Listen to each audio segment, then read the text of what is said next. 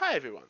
Today or tonight, I'm going to talk to you about a subject that not everybody likes, but one subject that I think is really interesting, really fascinating, and that's really, really hard to make.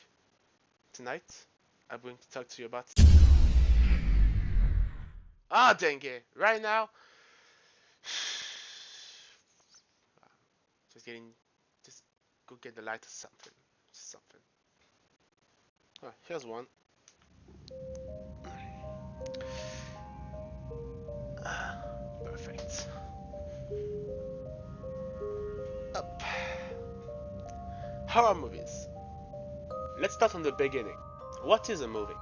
A movie is a media made of multiple pictures taken very fast and then shown to an audience at generally 24 images per second.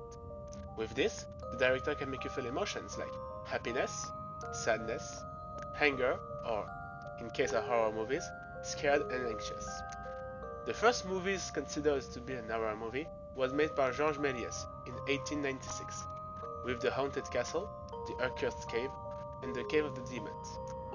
Then came the Cabinet of Dr. Caligari in 1920, time of the German Expressionism, which became famous for its settings, made of distorted forms and shadows, thanks to artists who painted directly on the walls and on the floor of the set. Finally, the horror genre became popular and famous, thanks to Universal and their monsters, like Frankenstein or Dracula, in 1931. With these movies, the monster genre of horror movies became very popular, and horror was created with time, like paranormal, gore, or psychological, with all their rules and ambience. At the beginning of the video, I said that for me, horror movies is one of the hardest genre of movie to make, because not all people will be scared of one thing you find scary. So directors need to use all the items in their inventory to make people scared. Let's talk about some good and bad ways directors use to make people scared. One of the way is light. Decide what you want to show and what you want to stay hidden. For example, would you be as scared of the alien if, when we reveal him, it was in a white room with lights everywhere? You will be maybe a little scared because of what he looks like, but you will not be as scared as if he was in the dark, with just a little pick on him. The reveal scene of the alien is really good, because you see just a little part of him, and you need to imagine the rest of his body. Anak aja.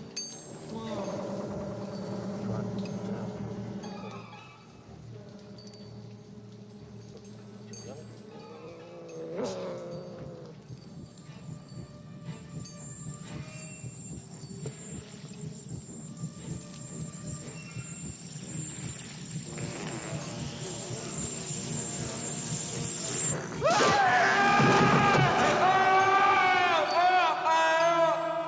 This is the most important part of horror movies.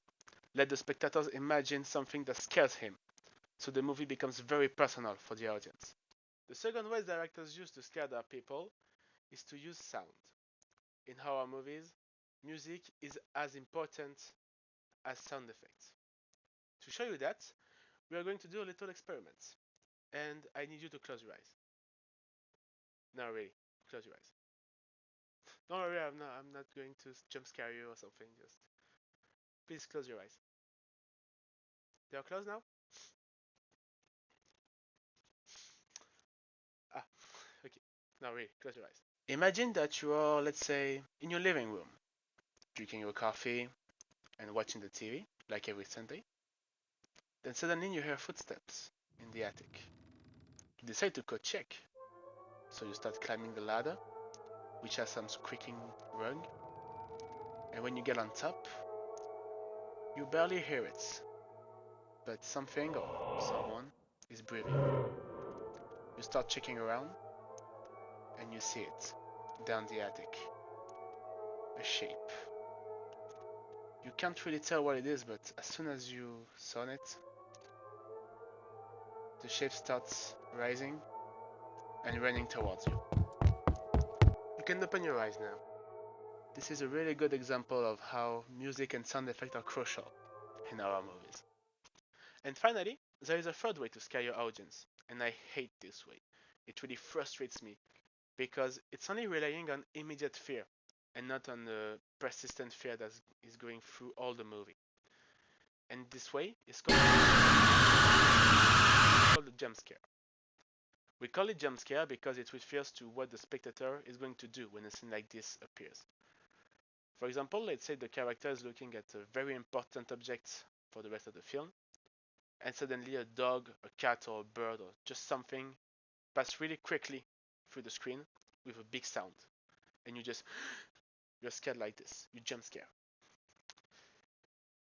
I allow it when a movie does it one or twice during the whole movie, but when a movie is doing it 5 times in 10 minutes, it really annoys me. Really. And finally, to conclude this presentation, I'm going to show you 2 scenes of 2 horror movies that I really loved. Not all movies are great, especially the first one, but all of them has at least one scene that is really great. And we are going to start off with Gallows.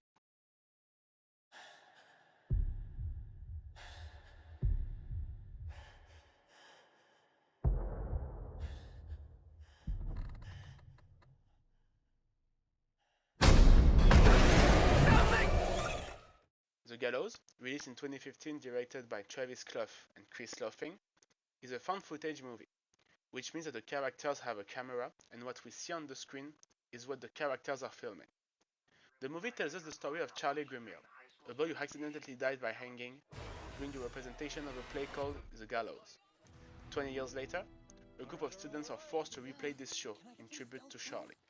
So before the show, they decide to infiltrate the high school and ruin the set, so the play cannot be done. But of course, someone or something is going to stop them. The movie is not good, but not bad either. The characters are not so reliable, and sometimes really dumb. But the atmosphere and the ambience of the movie are sometimes really good.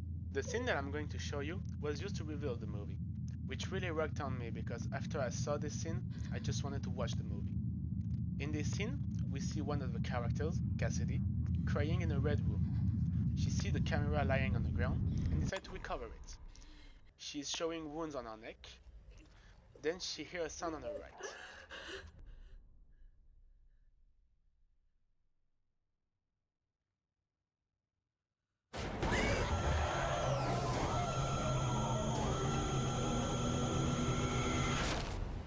This scene is really tense and uses jump scare really intelligently.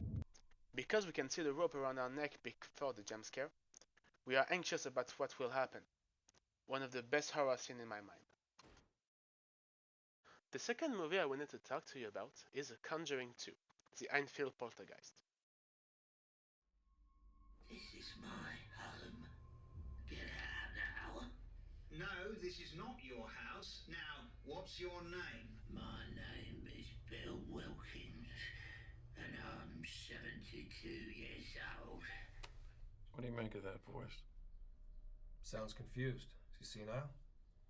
The voice on this tape is coming from an 11-year-old girl. This movie was directed by James Wan, one of the best horror directors to this day. He directed Saw and both The Conjuring. Both of them are really good horror movies. We follow the Warren couple, who investigated the most notorious possession history of Great Britain, the Enfield Poltergeist, in which Margaret and Janet Hodgson, respectively 13 and 11, were pursued by a poltergeist in their house. I was going to ask the same question as I asked earlier. How many voices are there? 600. 600 the voices. I know the joke. How many really are there, Margaret?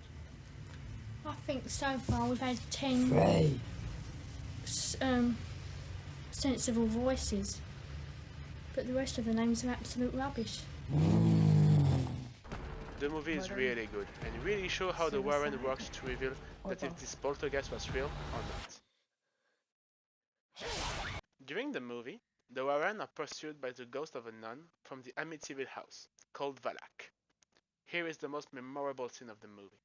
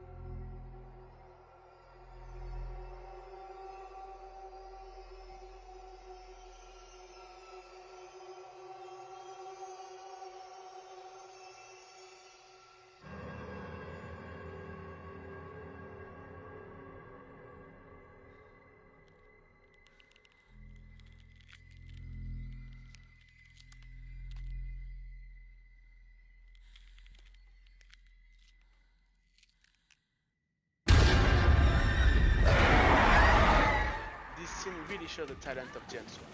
You can feel the tension during all the scene, and it only rising up as the scene is played. Add to that the music, the set, the makeup, everything in this scene is perfect. And with this scene, we will conclude this presentation. I really hope you liked it, and I hope that, thanks to me, you are going to be more interested in horror movies. Thank you and...